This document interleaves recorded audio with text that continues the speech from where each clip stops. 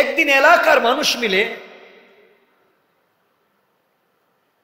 পুরা এলাকাবাসী মিলে হুজুরের কাছে আসলেন। শাহে দাওলার কাছে এসে বলেন, হুজুর, নদী ভাঙতে ভাঙতে আমাদের গ্রামের দিকে বন্যার মতো পানি ঢুকতেছে। নদী ভেঙ্গে আমাদের গ্রাম আর রক্ষা হবে না। এলাকার মানুষ বুঝতে পারলো, আমরা পুরো এলাকা মিলে যদি বাঁধ দিতে যাই হয়তো আটকাতে পারবো না, একজন বড় বুজুর্গকে দিয়ে দোয়া করাই। কারণ দেখতেছেন এখন বাংলাদেশে এবং বাংলাদেশে যে এই টাইমে এত গরম, আমার মনে হয় না কোনোদিন আপনারা পাইছেন এইভাবে গরম। বৃষ্টি নাই, বিভিন্ন জায়গায় বৃষ্টির জন্য দোয়া হচ্ছে, বুজুর্গ ওলামায়ে কেরামদেরকে দিয়ে দোয়া করাচ্ছেন, দোয়া হচ্ছে। তো পাবলিক এলাকার বুঝতে পারলো, শাহেদ দাওলাকে দিয়ে যদি দোয়া করাই, হয়তো বা হুজুরকে যদি বাদে নিয়ে যাই, বাদ তো ভেঙে গিয়েছে, হুজুর যদি বাদে দাঁড়াইয়া দোয়া করে তাইলে কাজ হবে। আগেকার মুরব্বীরা বলতেন যে বড় বড় বুজুর্গদেরকে দিয়ে দোয়া করাইতেন, দোয়ার সাথে সাথে কবুল হয়ে যেত, ঠিক না? আর এখন হুজুর কেন, হুজুরের দোয়ার ভিতরে ঢুকাইয়া দিল, কাজ হয় না। সমস্যা কোন জায়গায়? সমস্যা হচ্ছে ওই জায়গায়, ওই যেটার কথা এতক্ষণ বলতেছে, এই জায়গায় হুজুরের পোশাক ঠিক আছে, হুজুরের পরিপাটি পোশাক, আতর, সেন্ট, স্প্রে সব দামি দামি, থাকেন ওই এয়ার কুলারের কন্ডিশনে, সব ঠিক, কিন্তু ওই জায়গাটা ঠিক নাই।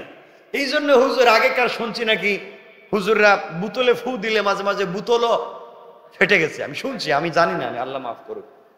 এখন হুজুরে ডাইরেক্ট বোতলে ঢুকাই দিয়ে কাজ হইত, কারণ এই জায়গাটা সমস্যা। এজন্য আজকের ওয়াজি হচ্ছে শুধুমাত্র কেবলমাত্র পোশাক থাক আর যাক। অনেক মজজুব এই পৃথিবীতে ছিল, মজজুব, পাগল, তার পোশাক ছিল না, দিল ঠিক ছিল, আল্লাহ তাকে আল্লাহর বড় ওলি বানায় দিয়েছে। মজজুব খাজা আজিজুল হাসান মজজুবের নাম অনেকে শুনছেন, আমরা এদিকে যাচ্ছি না। তো যাই হোক, এজন্যই আমাদের কাজ হচ্ছে না। হুজুর দোয়া করতে করতে করতে করতে পেরেশান। এখন কত জাতের দোয়া, কত দোয়া নামই তো আমি জানি না, আব্দুল্লাহ জি বলতে পারবো। দোয়া, দোয়া খতমে নারিয়া, আর কি কি দোয়া, মানে দোয়ার একটা লিস্ট ওদিন আমি দেখলাম, একজন দিছে আমার, মোটামুটি 100 প্রকারের দোয়া নিচে লিখে দিছে। মানে কত টাকা দিলে কোন প্রকারের দোয়া করবে সে, মানে কোন টাকায় কোন দোয়া, চিন্তা করছেন নি আপনারা? এখন টাকার প্রকার বেজে হে এই দোয়া করবে। তো যাই হোক, আমি এদিকে যাচ্ছি না, আমি কষ্ট দিচ্ছি না আপনাদেরকে, আমি বলতে চাইলাম এগুলা কাজ হবে। তো হযরতে শাহেদ দৌলা বললেন, চলো আমিও তোমাদের সাথে যাব। এলাকার পাবলিক বলল, হুজুর আপনি দোয়া করলেই কাজ হয়ে যাবে। তিনি বলেন, আমারে নিয়ে যাও। সকালবেলা পাবলিক আসছে, হুজুরে বলেন, আমার একটা কুদাল দিও। কি মাটি কাটে কি দিয়া? কুদাল দিয়া। হুজুরা কাঁধে একটা কুদাল নিয়েছেন, পাবলিক বলছে ভালোই হয়েছে, হুজুর যখন কাজে থাকবে তখন তো বরকত এমনি হবে। আর আল্লাহ আশা করি এই কাজ করবেন না, আমাদের বন্যা টন্যা এলাকা ডুববে না। পরদিন সকালবেলা কুদাল এবং জুড়ি নিয়ে হাজির। বুজুর্গ সবাইকে নিয়ে গেলেন নদীর পারে। গ্রামের দিকে গিয়ে, গ্রামের কাছে গিয়ে বাঁধ যেখানে দেওয়া ছিল, বাঁধ পানি না আসার জন্য, হুজুর কুদাল দিয়ে সেই বাঁধ কাটতে লাগলো। পাবলিক বলছে, হুজুর সমস্যা কোন জায়গায় বুঝছেন? আপনারা আনছি যে পানি বন্ধ করার জন্য, আর আপনি তো কেটে আরো পানি আনার ব্যবস্থা করতেছেন। তিনি বললেন, আল্লাহ যেদিকে, শাহে দৌলা এদিকে। আল্লাহু আকবার বললেন না? আল্লাহ চায় পানি ঢুকাইতে, আর তোমরা চাও পানি বন্ধ করতে। আল্লাহর ইচ্ছা এখানে পানি ঢুকবে, আমি আল্লাহর ইচ্ছার বিরুদ্ধে যাইতে চাই না, আমি আরো সহজ করে দিতেছি। সুবহানাল্লাহ, একটু আসতে বললেন। তারা বলছে, এটা শুরু করলে তো 2 দিনে পুরা এলাকা না পুরা এই শহরে ডুবে যাবে। তিনি বললেন, আল্লাহর ইচ্ছা যেটা, আমার ইচ্ছা সেটা, আমি পারবো না। এভাবে তিনি কাটতে শুরু করলেন। কাটতে কাটতে যখন কাটা শুরু হলো, কিছুক্ষণের ভিতরে দেখা যায় পানি এদিকে না এসে কমতে শুরু করেছে, এবং একদিনের ভিতরে এই খালের, এই নদীর পানি শুকিয়ে গেছে অন্যদিকে। আল্লাহ বোঝাতে চাইলেন, আমার বান্দা তো আমি যেদিকে শরিয়ত, আমার ইচ্ছা যেদিকে, আমার বান্দার ইচ্ছা ওদিকে, আমার বান্দা আমাকে কত ভালোবাসে। হাত উঠে দোয়া করলে আমি শুনতাম, কিন্তু ভয় হয় আল্লাহ দিতে চান, আমি নিতে পারবো না কেন, আমি ডুবে গেলেও আল্লাহর ইচ্ছায় খুশি। আইয়ুব আলাইহিস সালাম পুরা বডিতে পোকা ধরে গেছে, আল্লাহ খুশি, তোমার ইচ্ছাই যে পোকা দিবা দেও, তোমার ইচ্ছাই যে আমার শরীরটা পচায় দিবা দেও, তুমি যেদিকে আমি ওদিকে। আল্লাহ বলেন আইয়ুব খুশি হয়ে গেলাম, শুধু যে তোমাকে আমি রোগ থেকে মুক্ত দিলাম তা না, তুমি যত জিনিস হারাইছ সবগুলাকে ডাবল করে দিলাম। সুবহানাল্লাহ। আগে যদি বাড়ি 2টা হয় দিলাম 4টা, আগে যদি সন্তান 12টা হয় দিলাম 24টা, সব বেড়ে গিয়েছে, ডাবল হয়ে গেছে। যে আল্লাহর ইচ্ছাকে আমাদের প্রাধান্য দিতে হবে, ইনশাল্লাহ বলেন না? আমার কথা কি আপনারা বুঝতে পারতেছেন? আর আপনি যদি পাবলিক সবাইকে খুশি করতে যান, মানে কোনো কাজ করতে গেলে সবাইকে খুশি করতে পারবেন না। আমি যে ওয়াজ করতেছি আপনারা সবাই খুশি না? এই দেখছেন সবাই খুশি না, নগদ বইলে দিচ্ছি। হ্যাঁ, সবাই খুশি হওয়ার কথা না, আমি সত্য সত্য বইলে দিল। এজন্য আমিও সবাইকে খুশি করবার জন্য বলছি না।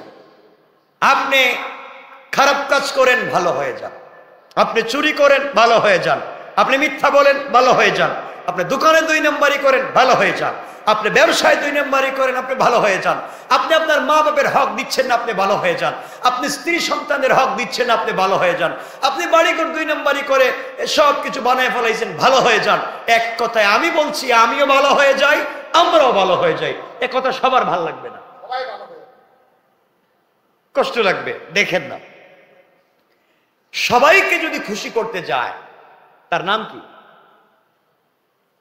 কিছু বলতেছে না। এদিকেও থাকে, এদিকেও থাকে, আমার দিকেও থাকে, আপনার দিকেও থাকে, পূর্বেও থাকে, পশ্চিমেও থাকে, সব দিকে থাকে। এটারে আপনারা কি কন? সুবিধাবাদী। এটা সহজে বলেন শয়তান। শয়তান মারাত্মক জিনিস এটা। আল্লাহ বলছেন ইদা জাআকাল মুনাফিকুন, এটা মারাত্মক ধরনের মুনাফিক। সহজ করে আপনাদেরকে বলে দিই। এক ব্যক্তি একটা গুড়া আছে, তার কি আছে? আসতে বলতেছেন কেন? আপনাদেরকে বুঝাবার জন্য বলতেছি। কি আছে? গুড়া। কোথাও যাওয়ার নিয়ত করছে, এলাকার বাহিরে যাবে গুড়ায়, সঙ্গে নিচে স্ত্রী রে আর নিচে তার ছেলেরে। কয়জন হইছে? গোড়া কয়টা? স্ত্রী এবং ছেলে হেঁটে যাচ্ছে, মানে স্ত্রী এবং ছেলে হেঁটে যাচ্ছে, আর বেচারা মালিক কোথায়? ঘোড়ার পিঠে। অনেক দূর সফর করে চলে যাওয়ার পরে এলাকার মানুষ দেখলো এটা তো একটা বেওকুফ, বউ আর বাচ্চারে হাঁটাইয়া নিয়ে যায়, আর সে জোয়ান তরুতাজা হেউ গুড়ার পিঠে সওয়ার হয়ে যাচ্ছে। কত বড় নিষ্ঠুর! স্ত্রীকে বাচ্চাদেরকে হাঁটিয়ে মারতেছে, আর নিজে জোয়ান মানুষ গুড়ায় চড়তেছে। গুড়ার মালিক ভাবলো লোকটা তো ঠিকই বলছে, আমি গুড়ার পিঠে আর আমার ছেলে আমার স্ত্রী নিচে যাবে হেঁটে হেঁটে। সে নিচে নামলো এবং ছেলেকে গুড়ায় চড়িয়ে আবার হাঁটতে শুরু করলো। এখন হাঁটতেছে কয়জন? স্ত্রী আর স্বামী, আর গুড়ার পিঠে ছেলে। সে আগে যারা বলছে মানুষটা ভুল করছে সে তাদের কথা মানছে। কিছু দূর যাওয়ার পরে যখন আরেকটা এলাকা অতিক্রম করতেছিল, এলাকার লোক দেখলো গুড়ার পিঠে একটা ছেলে, মা বাপ হেঁটে যাচ্ছেন। এলাকার লোক বলছে ছেলেটা কত বড় বেয়াদব, কত বড় বেয়াদব! চিন্তা করে, মা বাপ হেঁটে যায় আর হে গুড়ার পিঠে যায়। সে তো নেমে যাওয়ার কথা ছিল, এ ছেলে মানুষ হাঁটবে, মা বাপ কেন কষ্ট করবে, তারা হেঁটে যাবে কেন, গুড়ার পিঠে যাবে। লোকটা ভাবলো এরা ঠিকই বলছে। সে ছেলেকে নিচে নামালো, নিচে নামিয়ে এবার বউকে গুড়ার পিঠে উঠালো। কার পিঠে? বউরে। কার পিঠে উঠেছে? হাঁটতেছে কে কে? বাপ ছেলে। কিছু দূর যাওয়ার পরে আরেকটা গ্রাম অতিক্রম করতেছে। এলাকার লোক বলছে আল্লাহ, দুনিয়াতে এমন দজ্জাল বউ দেখলাম না। স্বামী হেঁটে যায়, বাচ্চা হেঁটে যাচ্ছে, আর বউ ঘোড়ায় চড়তেছে, আর স্বামীকে আর বাচ্চাকে দাসের মতো হাঁটিয়ে নিয়ে যাচ্ছে। বেচারা বুঝলো মানুষ তো ঠিকই বলছে, বউরেও নামাইছে। চিন্তা করলো তিনজনই তো নামছে আর উঠছে, এখন করা যায় কি? এবার তারা নতুন একটা পদ্ধতি আবিষ্কার করলো। এবার বউ বাচ্চা হে তিনজন ঘোড়ার পিঠে উঠছে। কয়জন হইছে? কিছু দূর যাওয়ার পরে এলাকার মানুষ বলছে, আল্লাহ, বহুত বড় বড় জালিম দেখছি, এর বউয়ের মতো জালেম আর দেখছি না, ঘোড়া মাত্র একটা, উঠছে তিনজন। বেচারা দেখলো পাবলিক তো যা বলতেছে সবই তো বাস্তব। এখন আবার তিনজন নামছে। পাবলিক বলতেছে, দেখছো এই ঘোড়াটা তো গুলি মেরে মাইরা দেওয়া দরকার ছিল, এইভাবে এইভাবে হাঁটাইয়া মারার দরকার কি? নামছে তিনজন। চিন্তা করলে এখন কি করা যায়? নামার পরে আরেকটা পদ্ধতির চিন্তা করলে এখন কি করা যায়। কিছুক্ষণ তারা চিন্তা করলো, এখন ঘোড়াও হাঁটুক আমরাও হাঁটি। তখন খালি ঘোড়া হাঁটতেছে, তারা তিনজন হাঁটতেছে। পাবলিক বলতেছে, এরা বলদ নাকি, গাড়ির সাথে থাকবার পরে হাঁটে কেন? এখন চিন্তায় পড়লো এরা, আমরা তো উঠছিলাম পর্যায়ক্রমে, পাবলিক তো ওই জায়গায় ভুল ধরল, তিনজন উঠলাম, এই জায়গায় জালিম কইল, কোন হাঁটাইয়া নিয়ে যাই, পাবলিক আমাদেরকে বলদ ভাবতেছে। এখন তো দেখতেছে কোন জায়গায় মানে আর বাঁচার পদ্ধতি নাই। পাবলিক বলল পর্যায়ক্রমে তারা যাইতে পারতো, কিছুক্ষণ ছেলে, কিছুক্ষণ বউ, কিছুক্ষণ স্বামী, এভাবে যাইতে পারতো। এরাই কাজ করলো কি? লোকটি দেখলো ঘোড়ায় চড়ার কোনো পদ্ধতি আর বাকি নেই, সব পদ্ধতি শেষ। এখন ঘোড়াটাকে আর হাঁটিয়ে নেওয়া যাচ্ছে না একা একা। চিন্তা করলো, হঠাৎ লোকটির মাথায় বুদ্ধি আসলো, সে একটি লম্বা বাঁশ, হাত পা ঘোড়ার বেঁধে লম্বা বাঁশ, ওই যে এইভাবে পা মানছে, এইভাবে বাঁশ ঢুকেছে, বাঁশ দিয়ে এক সাইডে হে আর এক সাইডে স্ত্রী আর বাচ্চা কান্দে নিয়ে এখন গুড়ারে কান্দে করে নিয়ে যাইতেছে। কারে নিয়ে? গুড়ারে নিচে দুজন, সাড়ে তিনজন কান্দে। পাবলিক এইবার ঠিক হয়েছে। তো আমি এটা লম্বা, পরে কি ঘটলো এটা লম্বা, আমি বুঝাতে চাচ্ছি, পাবলিকের কথা শুনতে গিয়া শেষ পর্যন্ত গুড়া চড়ার কথা ছিল পাবলিক, এখন পাবলিকের কাঁধে গুড়ে উঠছে। কথা বুঝতে পারছেন নি আমার? আমি বুঝাতে চাচ্ছি যে আপনি যদি সবাইকে খুশি করতে যান, তাহলে আপনি আর গুড়ায় ছড়তে পারবেন না, কান্দে নিয়ে ঘুরতে হইব। কথা কি বুঝাইতে পারলাম? এজন্য সব জায়গায় পাবলিকের কথা শুনলে আপনার কাজ আর কাজ হবে না। আপনি ভালো কাজ করলে খারাপ বলবেই, আপনি ভালো পথে চললে খারাপ বলবেই। আপনি এই বলার কারণে গুটিয়ে থাকলে চলবে না, আপনাকে ভালো কাজ করে যেতেই হবে ইনশাআল্লাহ।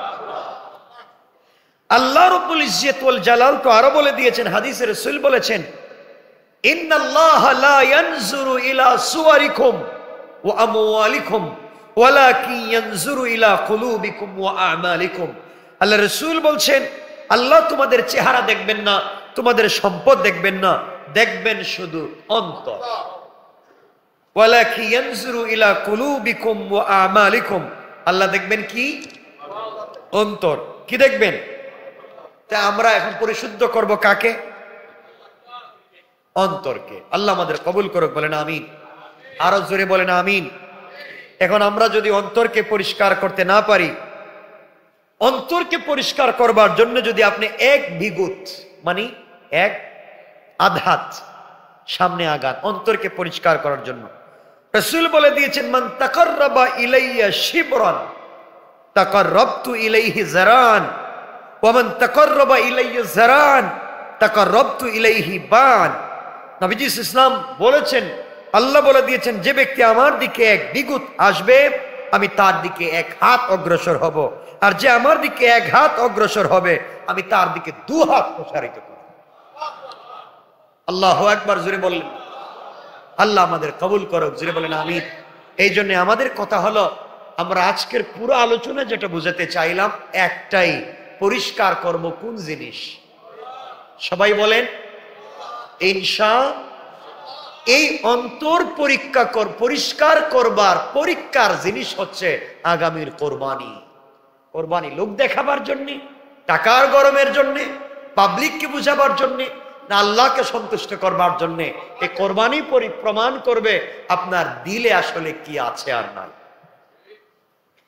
এই জন্য আমার মুসলমান বন্ধুগণ গভীর মনোযোগ, আল্লাহ রাব্বুল ইজ্জত ওয়াল জালাল বলে দিয়েছেন, বান্দারে দুনিয়ার জমিনে চলার পথে যদি তুমি পণ আর প্রতিজ্ঞা করে ফেলো একমাত্র কেবলমাত্র আমি আল্লাহকে সন্তুষ্ট করতে চাই, দুনিয়াবাসী আল্লাহকে সন্তুষ্ট করবার যদি আমরা চেষ্টায় লেগে যাই, আল্লাহ রাব্বুল ইজ্জত ওয়াল জালাল বলে দিয়েছেন, বান্দারে দুনিয়ার মানুষ আমাকে খুঁজবার জন্য কত জায়গায় যায়, কত দূরে পর্যন্ত যায়। দুনিয়াবাসী আল্লাহ বলে দিয়েছেন, দুনিয়া যখন অন্ধকার হয়ে যায়, আস্তে আস্তে রাত্র হয়ে যায়, অন্ধকারাচ্ছন্ন সমাজ হয়ে যায়, অন্ধকারাচ্ছন্ন রাত হয়ে যায়, ওই সময় দুনিয়ার জমিনে যার সাথে যার সম্পর্ক সে তার কাছাকাছি পৌঁছে যায়, স্বামী তার স্ত্রীর কাছে পৌঁছে যায়, সন্তানেরা বাবার কাছে পৌঁছে যায়, যে যাকে ভালোবাসে সে তার কাছাকাছি যেতে চায়। অন্ধকার যত গভীর হয় সম্পর্ক তত গভীর হয়। যারা দুনিয়ার জমিনে অবৈধ প্রেম ভালোবাসা করে তারা রাত্র যত গভীর হয় টেলিফোনে কথা বলার জোর আরো বাড়িয়ে দেয়। আল্লাহ রাব্বুল ইজ্জত ওয়াল জালাল বলেছেন, বান্দারে রাত্র যখন অন্ধকার হয়ে যায় আমি আল্লাহ রাব্বুল ইজ্জত ওয়াল জালাল আর উপরে আরশে আজিমে বসে থাকি না, আস্তে আস্তে করে আমি আমার কলিজার টুকরা দরদি বান্দার পাশাপাশি পৌঁছে যাই। যেই বান্দাকে আমি নিজের হাতে তৈরি করেছি, আমার কুদরতের হাত দিয়ে তৈরি করেছি, বান্দার কাছাকাছি পর্যন্ত পৌঁছে যাই, তার দরজার কাছে পৌঁছে যাই, প্রথম আসমানে চলে আসি। এমনকি আল্লাহ বলেছেন মিন হাবলিল ওয়ারিদ, তার গলার রোগের সেই রোগের চাইতে আরো কাছে পৌঁছে যাই। এমন সময় কোন বান্দা ঘুম থেকে উঠে চোখের পানি ছেড়ে ছেড়ে আমি আল্লাহকে ডাক দিই, চোখের পানি ছেড়ে যখন আমার কাছে কোন জিনিস চায় আর বলে আল্লাহ তাআলা, দুনিয়ার সবগুলো লাইট বন্ধ হয়ে গিয়েছে, দুনিয়ার মানুষ ঘুমিয়ে গিয়েছে, দুনিয়ার পশুগুলা বাসায় ঘুমিয়ে গিয়েছে, গুনাহ করেছি, অন্যায় করেছি, ঘুমাতে মন চায় না, ইন্তেকাল যদি করি, ঘুমের ঘরে যদি আজরাইল চলে আসে, জাহান্নাম ছাড়া বাঁচার কোনো উপায় নাই। আয় আল্লাহ, গভীর রাত্রে তোমাকে ডাকবার জন্য হাজির হয়ে গিয়েছি, অন্ধকার রাত্রে ঘুমাই না, তুমি কি আমাকে ক্ষমা করে দিবা না? আল্লাহ রাব্বুল ইজ্জত ওয়াল জালাল বলছেন, বান্দারে কোন বান্দা গভীর রজনীতে একবার যখন আমি আল্লাহকে আল্লাহ বলে ডাক দে, আমার বান্দা যদি দুনিয়ার জমিনে গুনাহ করে, এটা আমার বান্দার কাজ আর আমি মুনিবের কাজ। বান্দা যখন গভীর রাত্রে চোখের পানি ছেড়ে তওবা করে, সাথে সাথে আমি আমার বান্দার গুনাহগুলোকে মাফ করে আমি আমার বন্ধু বানাইয়া নিতে আমি আল্লাহর এক মুহূর্ত দেরি হয় না। আল্লাহু আকবার বলেন। আল্লাহ চাইলে তার বান্দাকে বন্ধু বানিয়ে নিতে পারে। এজন্য আমরা চাইবো কার কাছে? আল্লাহ আমাদের কবুল করে বলেন আমিন। আপনাদের জন্য দোয়া থাকবে, আপনারা আমার জন্য দোয়া করবেন। আল্লাহ যেন আমাদেরকে ভালো রাখেন, সুস্থ রাখেন, আসমানি জমিনি মুসিবত থেকে বাঁচিয়ে রাখেন। আমি তো আপনাদের জন্য সবসময়